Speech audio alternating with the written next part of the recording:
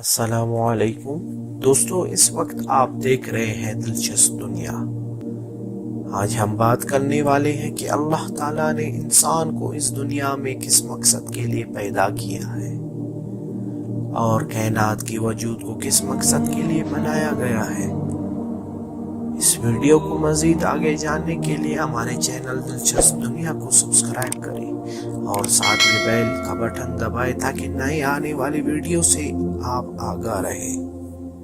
تو دوستو، اسلام وہ تحریک ہے جو معبود واحد کے نظریے پر انسانی زندگی کی عمارت کو کھڑا کرنا چاہتی ہے، یعنی یہ نظریہ کہ اس کائنات کا خالق و مالک صرف و صرف ایک ہے اور اس میں کوئی شریک نہیں، اور انسان کی حیثیت اس دنیا میں اس مالک کی نائب اور خلیفہ کی ہے۔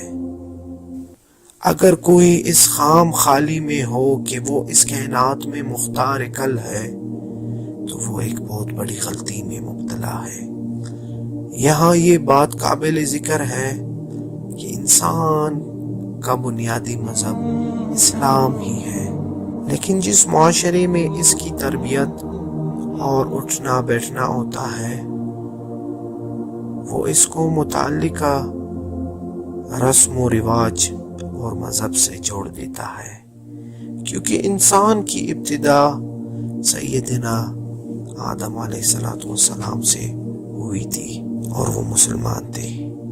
قرآن کریم اور تاریخ کے حوالے کا اگر مطالعہ کیا جائے تو ہمیں یہ معلوم ہوتا ہے کہ جب انسان راہ مستقیم سے ہٹا ہے، اللہ تعالیٰ نے انسانی ہدایت کے لیے مختلف موقع پر مختلف رسولوں اور انبیاء کرام علیہ السلام کو ارسال فرمایا ہے تاکہ وہ پھر سے ان کو گمشدہ راہ کی طرف دعوت دے، اور ہر پیغمبر نے اپنے قوم کو یہ واضح تعلیمات دی تھی کہ اس کائنات کل کا مالک صرف اللہ تعالیٰ کی ذات ہے جس میں اس کا کوئی شریک نہیں، اور انسان کی فلاح صرف اس میں ہے کہ وہ زمین پر بحیثیت اللہ تعالیٰ کی خلیفہ اس کے احکامات کی تعمیل کرے۔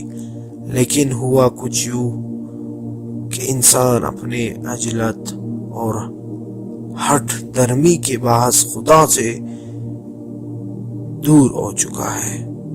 کسی کو اقتدار کا نشہ ہے تو کوئی کائنات کے نظام میں فساد پھیلانے کی کوشش میں مصروف ہے۔ جب انسان کی اس روش نے طویل پکڑا تو کائنات کا نظام مالک کل کے حکم سے حرکت میں آیا، اور کرونا جیسے حقیر جراثیموں کے سامنے دنیا کی سپر پاور طاقتیں گھٹنے ٹیکنے پر مجبور ہو گئی۔ بھلا کس کی وہم گمان میں تھا کہ اس دور میں بھی جب انسان چاند پر پہنچ چکا ہو، ایک انہیں دیکھا جراثیموں انسان کو شکست خوردہ کر دے گا۔ آج پھر ثابت ہو چکا ہے اور سائنسدانوں کو تسلیم کرنا پڑے گا کہ کل کہ کوئی تو ہستی ہے جو اس نظام کو چلا رہے ہیں۔ اس لیے تو اللہ تعالیٰ نے بارہا اپنے کتاب میں فرمایا ہے، ان فی اختلاف فی اللیل والنہار وما خلق اللہ فی السماوات والارض لآیات لقوم یتقون۔ سورۃ یونس کی یہ آیات ہے، ترجمہ سنیں، یقیناً ڈرنے والے قوم کے لیے دن اور رات کے اختلاف اور جو کچھ اللہ تعالیٰ نے زمین اور آسمانوں میں پیدا کیا ہے اس میں نشانیاں ہیں۔ کائنات کا مالک بار بار فرماتا ہے، ذرا عقل کو استعمال میں لاؤ، کیا تمہیں یہ بڑے پیمانے پر کائنات بنی نظر نہیں آتی؟ کیا رات اور دن میں خود بخود تاخیر واقع ہوتا ہے؟ کیا آسمان و زمین نظر نہیں آتی؟